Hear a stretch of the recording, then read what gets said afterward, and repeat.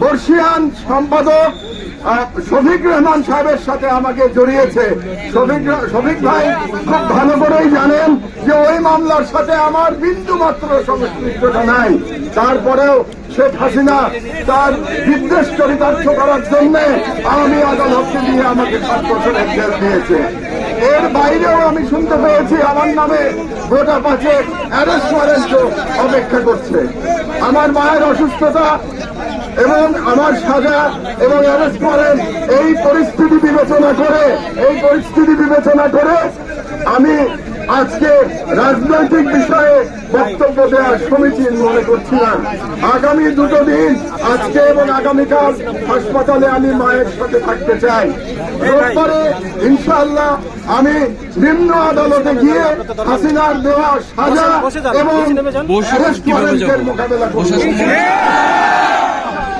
একটু এমনও হতে পারে ভাইয়েরা যে আদালত থেকে আমাকে কারাগারে যেতে হতে পারে, কিন্তু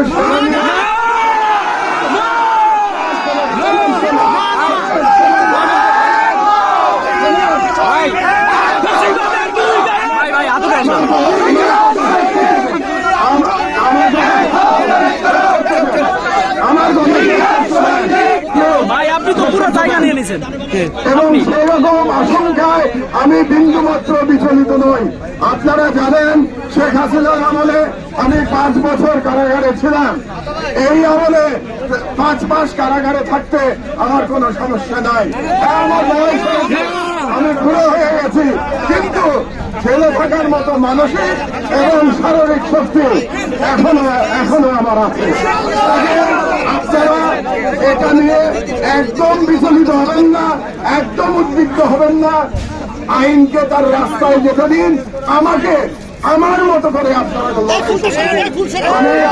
জানেন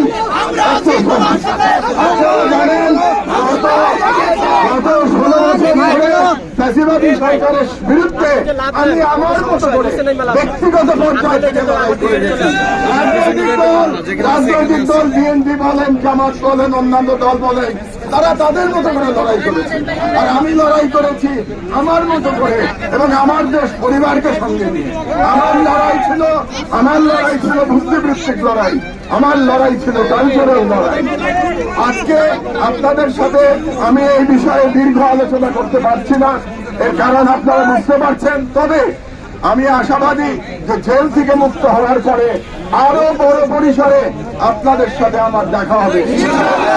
আপনাদের সাথে সেদিন আমি বাংলাদেশের বর্তমান রাজনৈতিক পরিস্থিতি, ভারতীয় আগ্রাসন এবং বাঙালি মুসলমানের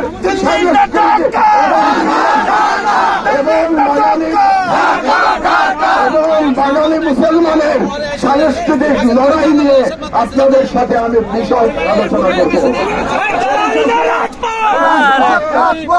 পরিশেষে আজকে যারা আপনারা কষ্ট করে এখানে এসেছেন, আমার মতো একজন অতি নগণ্য মানুষকে স্বাগতম জানানোর জন্য, আমাকে শুভেচ্ছা জানানোর জন্য তাদেরকে আমি আমার অন্তরের অন্তঃস্থল থেকে আমার কৃতজ্ঞতা জানাচ্ছি। আপনাদের কাছে শুধু একটাই আমার অনুরোধ, আপনারা আমার অসুস্থ মায়ের জন্য দোয়া করবেন। আর সর্বশেষ কথা গুরুত্বপূর্ণ, এই কথাটা মনোযোগ দিয়ে শুনুন, আপনারা চুপ করে শুনুন, স্লোগান না দিয়ে শুনুন।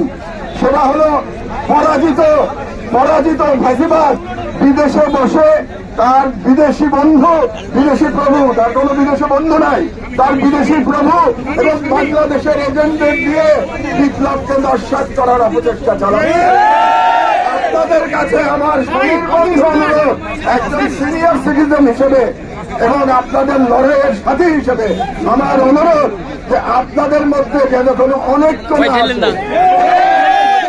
কোন রকম অনৈক্যের ঘটন ধরে যেন ফ্যাসিবাদ আবার বাংলাদেশে মাথা চাড়া দিয়ে উঠতে না পারে। ফ্যাসিবাদের কবর হয়েছে, ফ্যাসিবাদের পতন হয়েছে, কিন্তু সেটা যেন চিরদিনের জন্য হয়ে যায়। এই কারণে আপনারা যারা লড়াই করেছেন, সে সমন্বয়করা লড়াই করেছেন, সবাই ঐক্যবদ্ধ থাকুন। আপনারা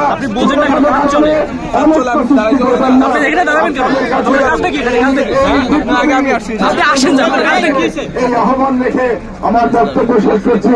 আল্লাহ হাফেজ।